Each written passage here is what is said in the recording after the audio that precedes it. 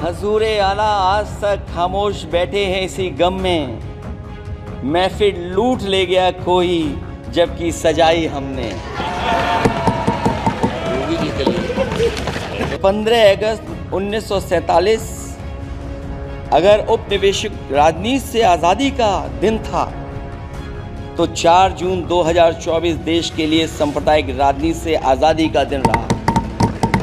ये सांप्रदायिक राजनीति के अंत और सामुदायिक राजनीति की शुरुआत है। जहां सांप्रदायिक राजनीति का अंत हुआ है, वहीं सामुदायिक राजनीति की शुरुआत हुई है। सबसे अच्छी बात हुई ये है कि इस चुनाव में सांप्रदायिक राजनीति हमेशा के लिए हार हो गई। अगले 1000 साल के झूठे सपने दिखाने वाले अगले महीने होने वाली परीक्षाओं के लीक न होने की गारंटी कब लेंगे? जनता अब न तो किसी बहकावे में आएगी। जो लोग कहते हैं कि अमृत काल की बात करने वाले, जनता का जागरण काल आ गया है। आज इस सदन में नए राजनीतिक जागरण के अनेक प्रतिनिधि बैठे हैं। अब जब बात होगी तो सच्ची बात होगी। उत्तर प्रदेश के साथ कितना बड़ा भेदभाव, उत्तर प्रदेश के साथ बड़ा भेदभाव। मुझे याद है वो दिन जब प्रधानमंत्री जी एयरफोर्स के सबसे भारी वाहन हवाई जहाज से उतरे थे सड़क पर। वो अलग बात है कि उस प्रदेश के मुख्यमंत्री उनके साथ नहीं बैठ पाए थे,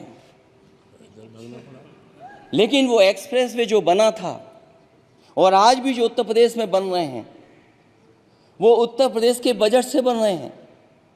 लेकिन दिल्ली की तरफ से कोई एक्सप्रेसवे अभी नहीं दिया गया है। न केवल इंफ्रास्ट्रक्चर में भेदभाव हुआ है, बल्कि हमें याद है कि प्रधानमंत्री जी ने बड़े पैमाने पे गांव गोद लिए थे। और सोचिए, अगर देश के प्रधान सांसद अगर किसी गांव को गोद ले लें और उस गांव की तस्वीर न बदले, तो शायद मैं नहीं समझता हूं कि किसी गांव की तस्वीर 10 साल में बदली होगी। की बात न हो, क्योंकि अध्यक्ष महोदय सबसे बड़ा प्रदेश जहां है, उसने हर बार दूसरे दल को समर्थन देकर के सरकार बनाई।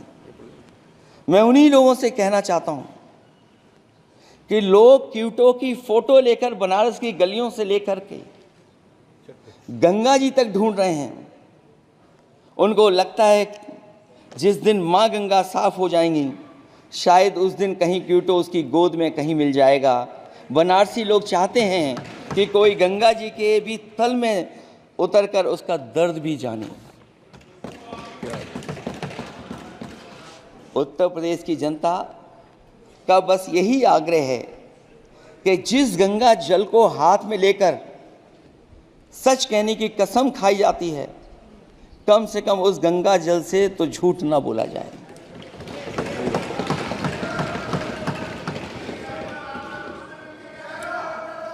जहां विकास के नाम पर खरबों रुपए की लूट का राज खोलते भ्रष्टाचार के गड्ढे प्रदेश का नाम खराब कर रहे हैं, वहीं पहली बारिश में ही टपकती हुई छत और गिर चुकी स्टेशन की दीवार बेईमानी की निशानी बन गई है।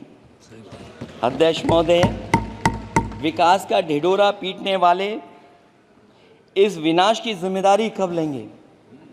और रही सच्चे विकास की बात, तो हमने जो सड़क बनाई उस पर हवाई जहाज उतरे थे और उत्तर प्रदेश की मुख्य नगरी में सड़कों पर नाव उतरी हैं।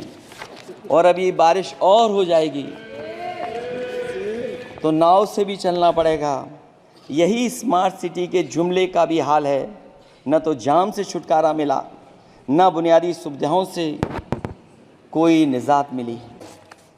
कि अगर दिल्ली की सरकार ने कहा होगा कि $5 ट्रिलियन की इकॉनमी बनेगी, क्या इस सरकार ने नौजवानों को नौकरी नहीं दी है? नौकरी और रोजगार उनसे छीने हैं, बहुत नौकरी छीनी है। इसलिए मैं कहना चाहता हूं अध्यक्ष जी, इसलिए मैं कहूँगा कि आपके राज में न